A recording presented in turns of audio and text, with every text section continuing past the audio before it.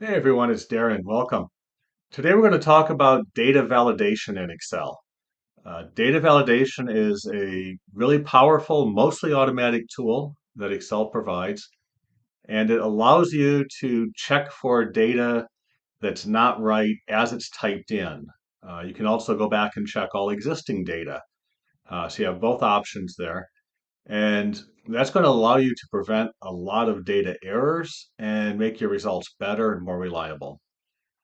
So let's jump right into it. So I have some basic data here, and you can do a bunch with it. So we're going to look at column A here, which are all numbers.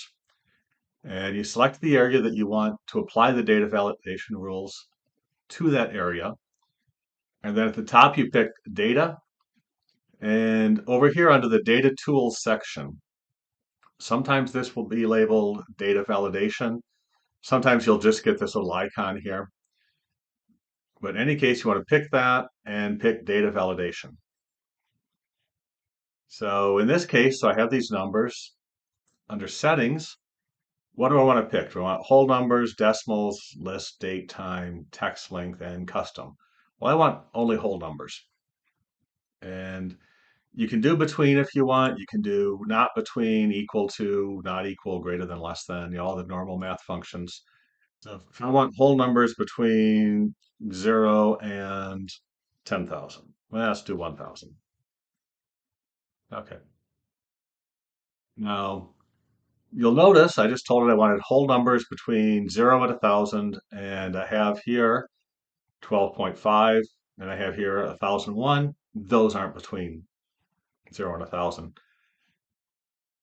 So if you want data that's already entered to be checked, and you come back to data validation, you pick circle invalid data.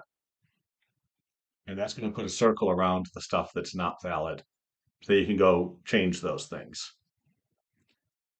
And you can take the circles away if you don't want them. But since I selected the whole column, I can put in new numbers here. So I can put in 15, 75.5. Oh, that's got an error. Okay. So if you type in something that's not within the data validation, you get an error. And if you hit retry, it lets you come back over and put it in. You hit cancel, and it takes it out. Uh, those errors aren't really all that meaningful though. So let's change that. So we're going to come back up here to data validation again. And now we're going to pick the input message.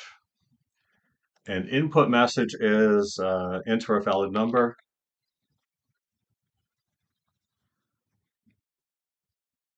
And that's the title. And the message is,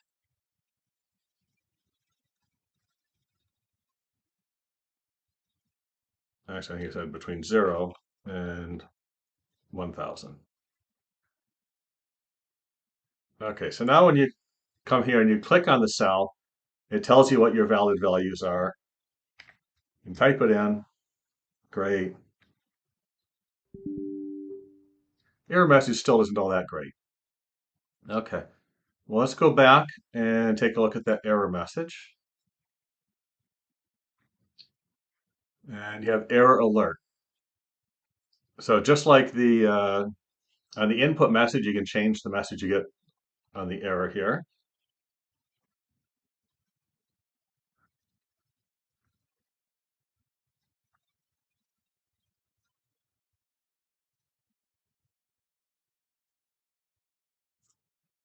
And you see you have three options under style. You have stop, which is what it defaults to. It won't let you put in a bad number.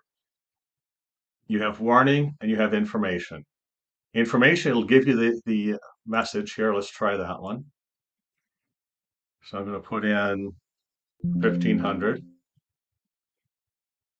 And a valid number between 0 and 1,000. I hit OK, and it accepted the 1,500. So let's go back and try the other one.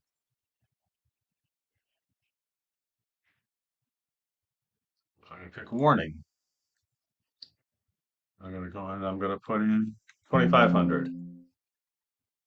I get the same message, but now it says, this isn't valid. You can type in whatever message you want there. Do you want to continue? Yes or no? And sometimes you'll want to do yes, and sometimes you want to go no. But this way, the user gets to pick. Yeah, I know this isn't an existing number, but that's okay. I want it anyway. If you hit yes, it accepts it. If you hit no, it doesn't. So what other options do we have on here? So if we go in here, we can do back to settings, pick whole numbers. You can pick decimal numbers. Um, Again, you got all the normal ranges here. List is actually a great function. Um, just pick list. Let's actually come over here and we'll pick list on this one. Have a list of colors here. Data validation. Let's pick list. And for source, I'm going to pick that. Okay. And the source is just a list of colors that I've typed in. It can be a list of anything. It can be customer numbers. It can be whatever. I do have there's a lot you can do with list. Okay. I have a separate video on using the list function. There's a link down in the description. So now I come over here and I type in a color that's not there.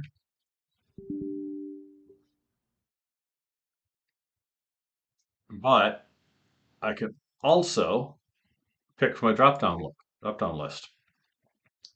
So all the other stuff you can do with data validation, you can still do here with list, but you also get that drop-down option.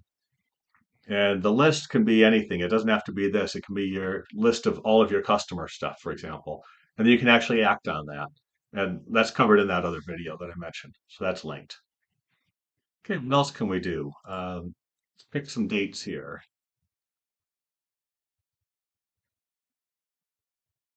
So you can do date, time, text length. Let's pick date.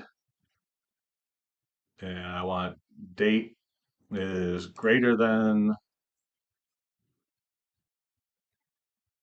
today.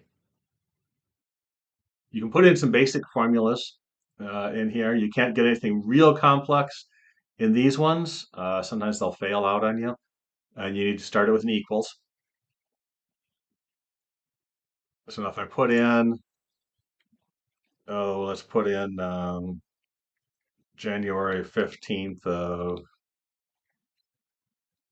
2025, and that's okay. What if I put in January 15th of 2020? Nope, that's not okay because that's in the past. And just like before, you can always come over here and circle the invalid dates.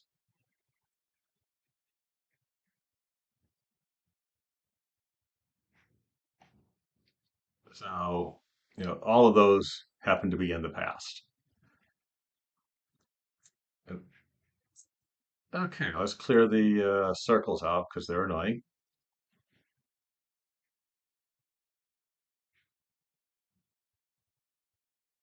So we come back to data validation. Custom is sort of an interesting one. Custom lets you put in some fairly complicated formulas if you want, and it lets you go a little beyond what the others do. And now the formulas here have to start with an equal sign. And we can do things like mod A1 comma 5 equals 0. And you have to have a Boolean result. If you don't have a Boolean result, your results may not be what you expect. Uh, Also, you'll see this A1 here that I picked. When you're doing data validation with any cell references, it's always the upper left cell is the cell you use, and then it'll transpose that for the rest. So let's see what this one does. And if we look at the ones that are valid here,